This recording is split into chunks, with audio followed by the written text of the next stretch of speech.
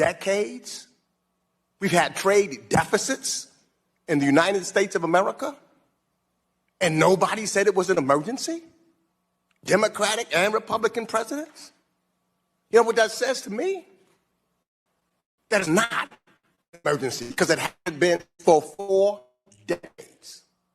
It says to me that we should bring tariffs back to the United States Congress so that we can make that determination as the Constitution has said, and not try to go around Congress. That's just unbelievable to me. Let me ask this question. Maybe I'm missed. Who was the president? And who has been the president since January 20th, 2025? Donald J. Trump. Okay.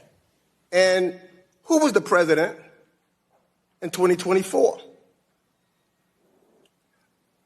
One believes President Biden. One believes? You one of those non-believers that the election, the American people didn't vote? I am not. You're not? One believes? Do you believe in the Constitution of the United States and it should be abided by? I believe in the Constitution of the United States. So you believe in it without any second thought. You don't have to think about it. You believe in it and you would abide by it. Is that correct?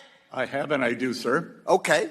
Well, do you know that a president has said, may not, he don't know? Let me ask the question. I couldn't believe my four. Me here at the Chris Island Show, we have got to talk about these ridiculous Democrats who have absolutely, just when you thought that they'd hit rock bottom, one of them steps up and says, no, hold my beer. This could get a lot worse. The Democrats absolutely embarrassed themselves in the congressional hearing with Bessent. It was unreal. We've also got a clip of DeLauren too. She embarrassed herself as well with Tulsi. But this is just unreal. We have got a whole montage of these clips. Shout out Greg Foreman.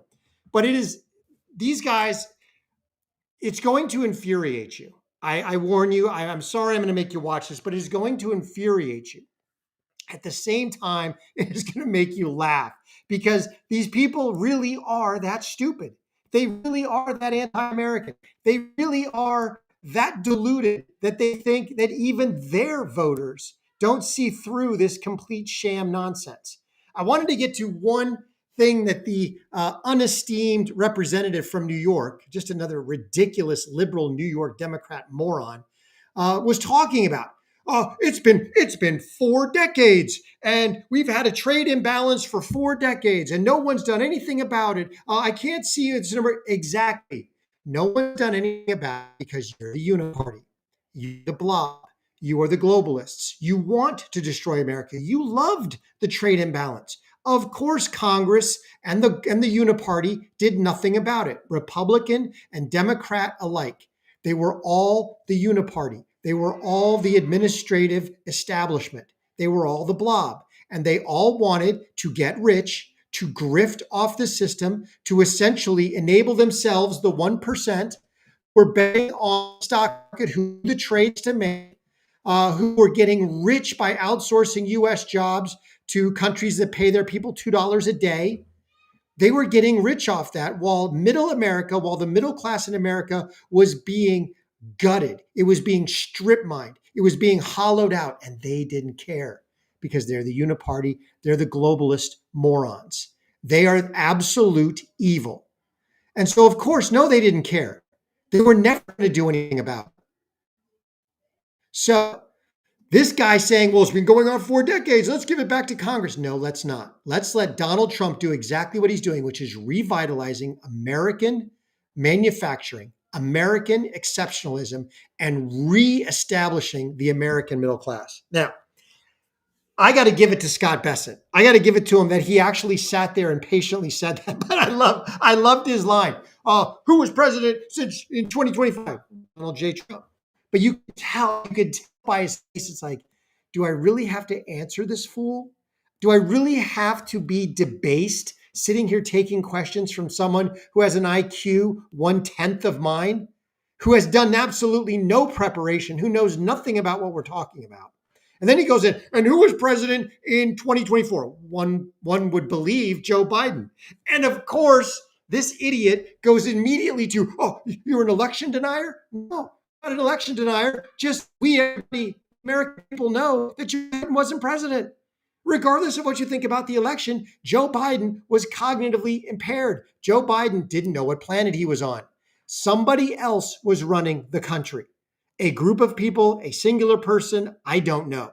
Was it Jill Biden? Was it Soros? Was it Obama? Who knows? Hence, his comment, one would believe Joe Biden, and the unesteemed Democrat from New York had no idea what he was talking about. Anyway, I'm going to get into the whole clip. These ridiculous people trying to go after Scott Bessent and doing nothing more than making fools of themselves, lampooning themselves and every other Democrat, liberal, progressive, moron Democrat out there, making themselves look stupid. Hey, Midway Farms, thanks so much for rolling up. Really appreciate everybody being here. Please like, subscribe, turn on the notifications, leave a comment, let us know you're here. And most of all, share the show with everybody that you know as we try to drive this channel forward. Really appreciate everybody being here. Thanks. Let's get into it.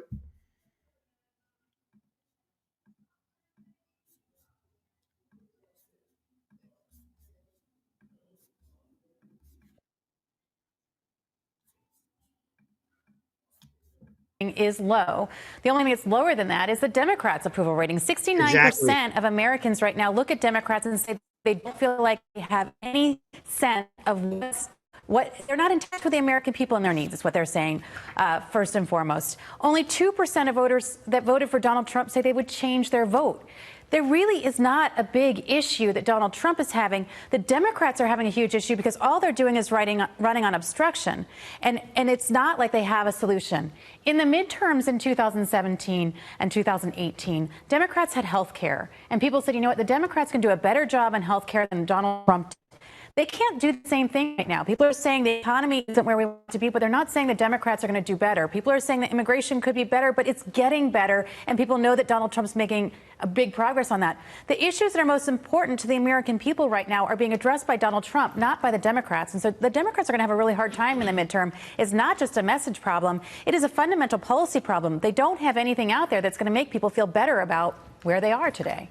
Hence, they are absolutely grasping at straws. They're like the proverbial crab that grabs every other crab trying to get out of a bucket. They are the drowning swimmer who will literally kill the rescuer on the way down because they are in a panic, because they don't know what to do. They can't see straight. Hence, what you saw today in the hearings with Bessent.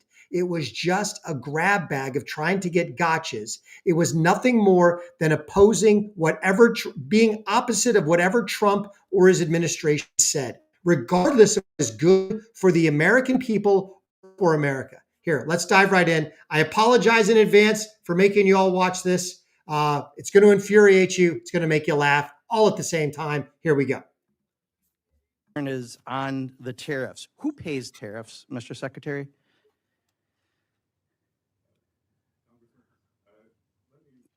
No.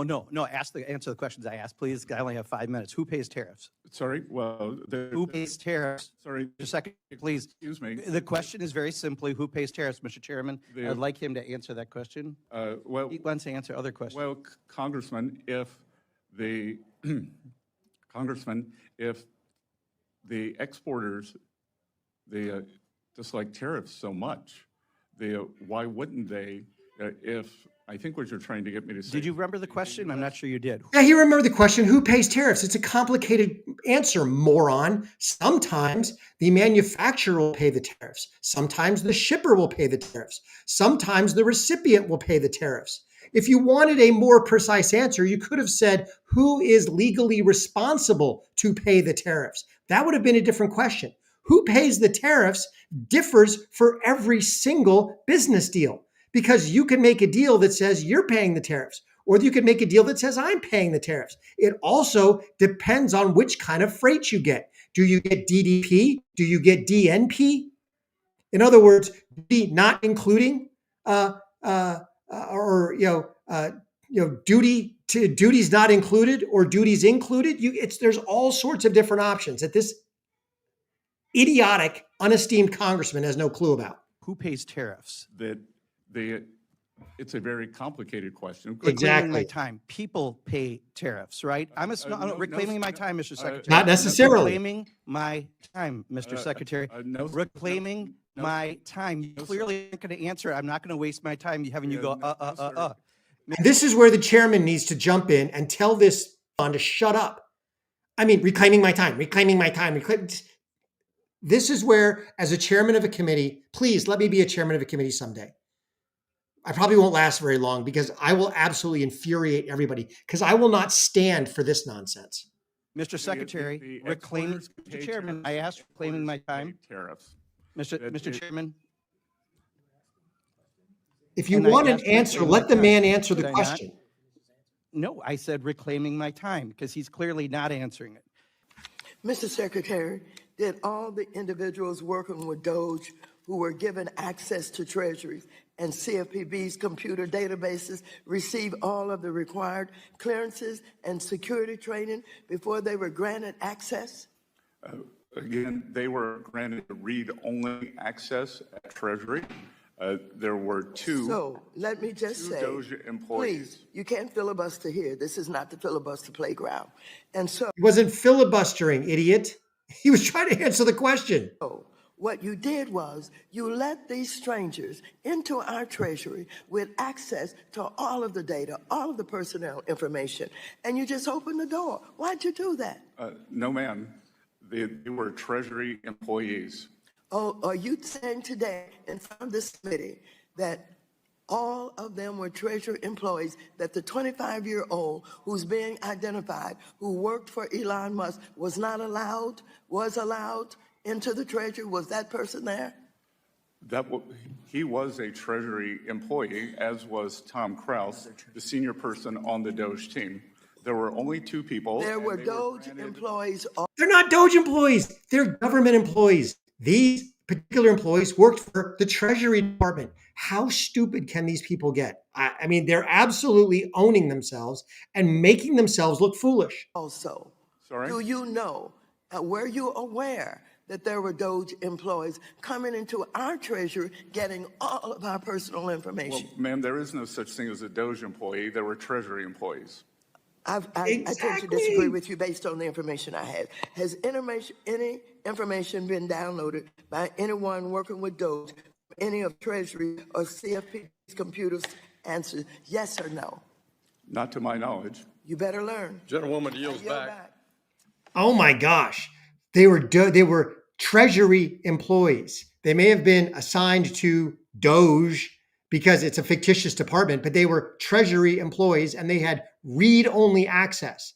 If this unesteemed congressman knew what read-only access meant, then the question, did they download anything, would be self-evident. The gentleman from Michigan, the vice chairman of our. In 2016, former Secretary Jack Lew announced that Harriet Tubman was to be the new face of the $20 bill. Can you tell me what's the current status of this project? Who cares? No, ma'am, I can't, but my staff will get back to you. No, I want you to get back to me. Because, see, there seems to be an issue when it comes to things that affect. No, unesteemed Congressman Beatty, he doesn't work for you. He works for the president. So he won't be getting back to you. If you want an answer, you'll get it from his staff on this utterly unimportant, tangential, ridiculous issue. He's got bigger fish to fry. People of color or people who live in poverty, whether it is what you're doing with Social Security, what you are doing with restricting funds. The gentlewoman's time. The gentleman's time is I want expired. you. The gentlewoman's time is respond expired. to me, Gentleman Mr. from Chairman. Texas. I need The him to gentlewoman's answer time. if he will. I'm not a staff gentlewoman can person. submit I'm not questions for asking the him record. to have his staff report to The me. gentlewoman So, can Mr. submit- Chairman, I'm addressing it to you to ask gentlewoman's him time has to expired. respect me. Mr. Chairman, The gentlewoman's I'm talking time to has you. expired. I need him to address the gentlewoman's if he will time answer has me. expired. No, I'm not going to. The gentlewoman's yield. time I'm has not expired. going to stop until you The direct gentlewoman's him time to has answer expired. to me as a member of Congress. The gentlewoman's Mr. time Chairman, has point expired. of The order gentlewoman to has you. offered that she can submit Mr. questions Chairman, for the point record. of order to you. I will not. Please call the sergeant in arms and have her escorted out. That's what I would do. If I was chairman, I'd be like, I've asked you 3 times. Sergeant in arms, remove the unesteemed congressman. Stop. I will not be silent. The gentlewoman is until not you offering direct an him appropriate to parliamentary inquiry. Does the Will gentlewoman you- have a parliamentary inquiry? Yes, I do. Please state the parliamentary inquiry. As a member of the United States Congress addressing the Secretary, I am asking you to rule on asking this hostile witness to direct his response to me versus having him tell me that his staff will respond to me. My staff person didn't ask him the question. I did. Mr. Secretary, do you support an exemption to tariffs on items that parents need to care for their kids? Yes or no? Congressman, what you're referring to are Yes or no? what you're referring to are I'm reclaiming my time because I don't want you to filibuster and give me some macroeconomic answer. Families at home are hurting, and so just give me a direct answer. I am going to agree with you that So yes, you do support an exemption on tariffs for products that are essential for families for their babies. Exemptions on E4 items, which I'm sorry, I have to reclaim my time. I'm reclaiming my time. I am, Mr. Chair. Oh my gosh, please let me be the chairman someday. No, you're not reclaiming your time. Shut up. We don't allow stupidity in my hearing room. Please. This is absurd. I am reclaiming my time. Give me my time back. No. I'm reclaiming my time. I just want a simple yes or no. Do you support an exemption to tariffs on items that parents need to care for their kids? Because you all claim you're pro-family. I totally agree with you, Midway Farms. These people are not only egregiously hostile, but they are egregiously moronic. They're idiots masquerading as smart people. As Dan Bongino used to say, they're stupid smart people, which is exactly what they are, with the emphasis on capital stupid. It's just unreal that Bessent had to sit through this nonsense, that he did so with a calm demeanor. I clearly would have to learn a lot more patience if I was ever to be sitting in this room, because I would probably be erupting at everyone going, would you just be quiet? This is just unreal. Anyway, we got one more painful interlude. This one from the purple-haired representative. The fact that they let these people in Congress is just an embarrassment. It embarrasses the United States on the world stage. So here we go. My ask of you is, what is your plan with regard to FEMA? Are you planning to eliminate FEMA? Your testimony references that you want to, quote, eliminate dysfunction of the current agency. I'm unclear. I don't know if my colleagues are clear on what you mean by dysfunction. And I'm concerned that you're causing more dysfunction within the workforce that should be preparing itself for the pending hurricane season. Well, thank you for your question and the discussion on this topic today. President Trump has been very clear since the beginning that he believes that FEMA and its response in many, many circumstances has failed the American people, and that FEMA as it exists today should be eliminated and empowering states to respond to disasters with federal government support. With all due respect, where is the evidence of the failure of FEMA? I don't know about everybody else on this. My state, Connecticut, was hit very, very hard with Superstorm Sandy. Every community in some way or another has been hit by that. And the FEMA on the ground, people come in, work with the families, deal with getting the funding out. Where is the evidence of the failure of FEMA? Congresswoman, the evidence of the failures of FEMA are replete. Have you seen any of the nonsense in North Carolina and South Carolina during the floods? The other fact of the matter is FEMA doesn't actually do anything. They just show up and write checks. What Donald Trump wants to do is empower state emergency management, which understands how to manage things in their state, i.e., Oklahoma has floods and tornadoes. They don't have hurricanes.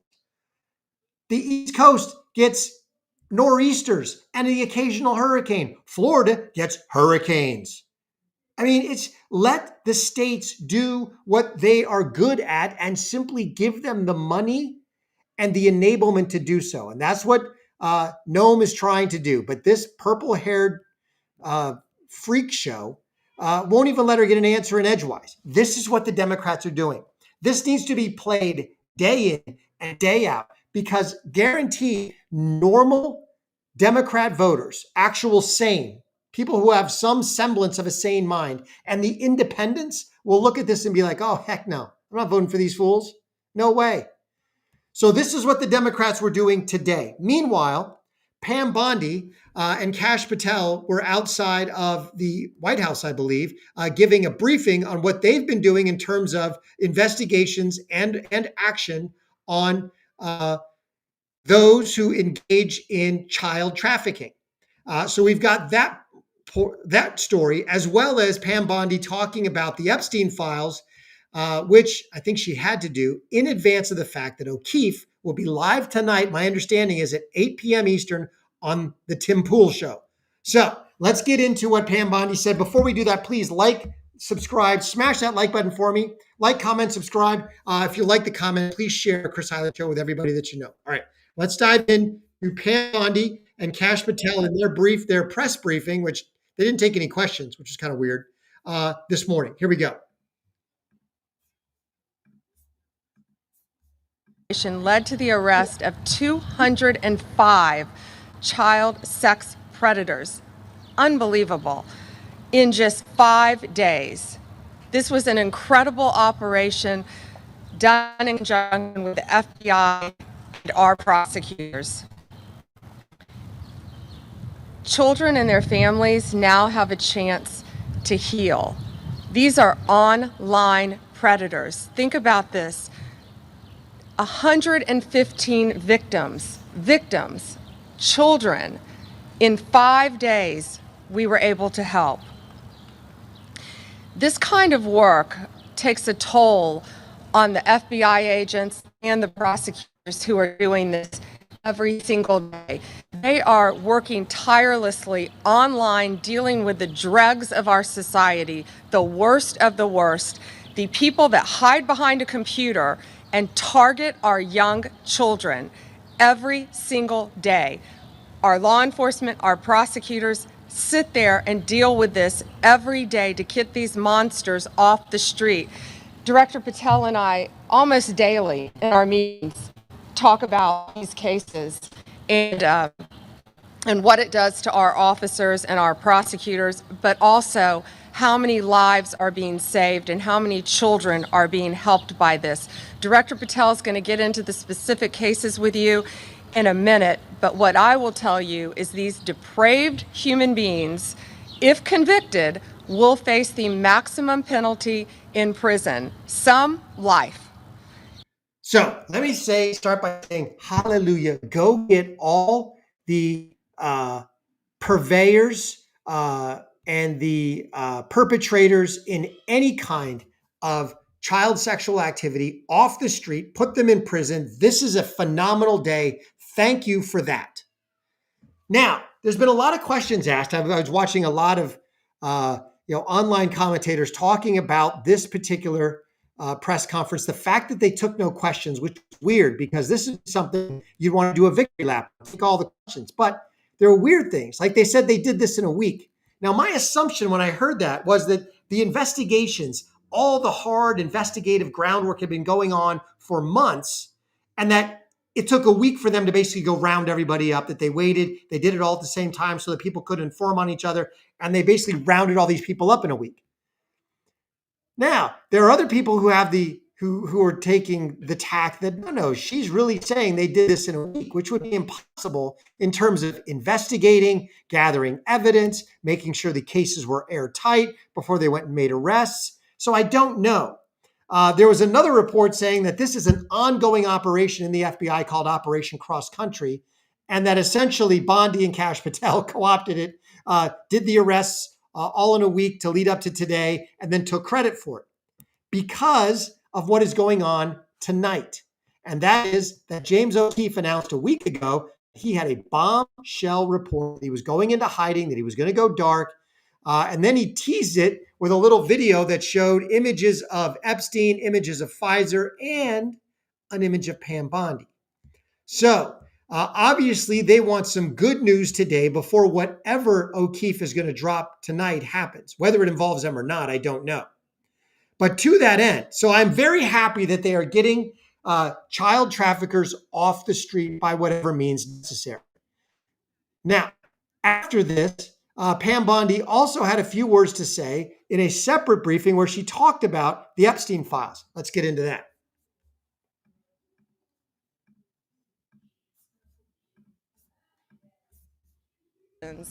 Of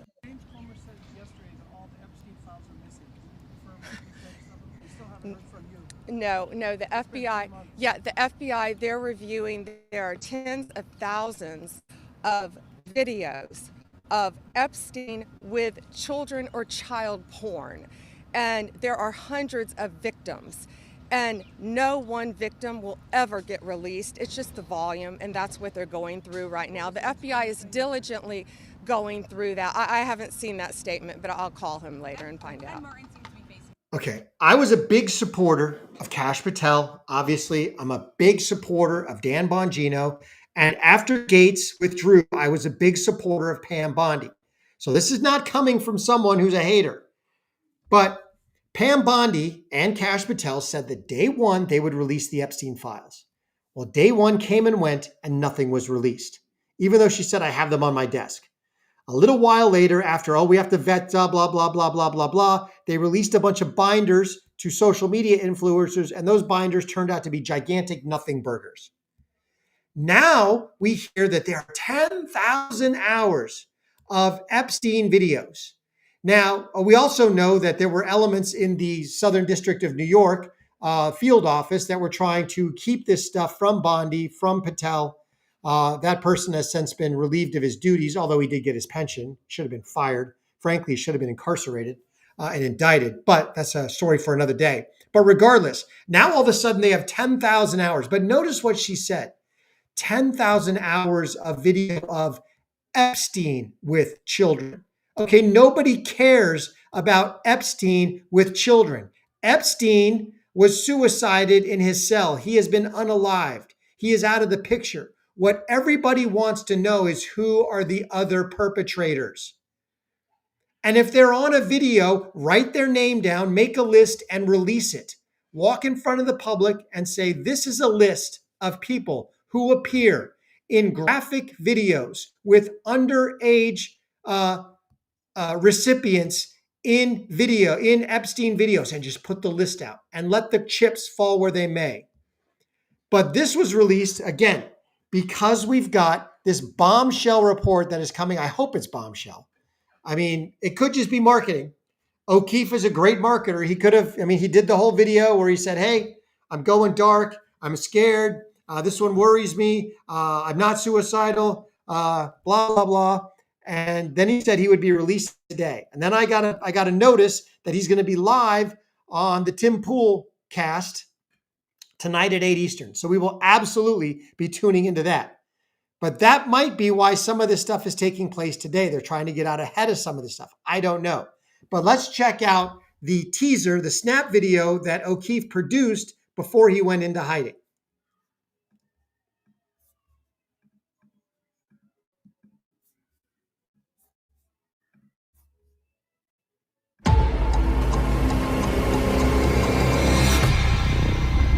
They can't suicide us all. Wow. Okay. So here we've got, definite allusions to Epstein and others. We got Pfizer. There's O'Keefe. Here we've got Epstein with Prince Andrew of the royal family. In positions is what it looks like. Anybody else? This, I could be wrong, but this is a spitting image for Pam Bondi. So now we've got Epstein, we've got Prince Andrew, we've got Bondi, we've got Andrew again. Presumably this is Epstein's New York mansion. And so that's where we're at. They can't. So don't know what he's going to be releasing. I do hope it's bombshell. But Alex Jones was teasing the fact that based on his conversations with Keefe before he went dark, that there could be elements of the Trump administration trying to withhold this stuff. I don't know. This is just what I'm hearing, but we will all find out hopefully tonight at 8 Eastern time. But I say this because, again, I went back to, I was a big supporter of Patel, of Bondi, a huge supporter of Dan Bongino. Bondi said she would release the files day one. She didn't do it. Bondi said she would release them later on. She did, and it was a nothing burger. Now Bondi says there are 10,000 now, thousands of hours, that they're just trying to get the victims out. No. It's not that. It's not that hard. It's ridiculous. Have a bunch of FBI agents watch the video, write down the names of the perps. That's all we care about. Nobody cares about knowing who the victims are. We don't need to know who the victims are. We just need to know the perps. That's what needs to be released immediately. And it's not that hard to edit out. If you want to release the video, okay, that might take longer, but you certainly released a list of names. Here are the perps that we have identified on video in the Epstein evidence. Go. Is it 10? Is it 20? Is it 100? What is it? And we need to know those names, and those people need to be immediately indicted and placed under investigation, possibly arrested. Where are the arrests? Where are the perp walks? Where are the shackles, Attorney General Bondi? Where are they? Come on, Kash Patel. Made some promises, and I have not seen. I have not seen the results. Let's see the results, please. Dan Bongino, I know you're number 3 in that organization, but hopefully your integrity will take over and you will force change where it is necessary. But the good news is 205 child predators are off the street. Thank God. Now, we will be, I don't know if we're going to be live tonight at 8 o'clock, but we will absolutely be, if we're not live, we will be reacting after the fact. So stay tuned for that. Please join us. Thanks so much, everybody, for joining. Remember, please like, comment, and subscribe. Turn on those notifications. And most importantly, share the Chris Highland Show with everybody that you know. Until I catch you next time.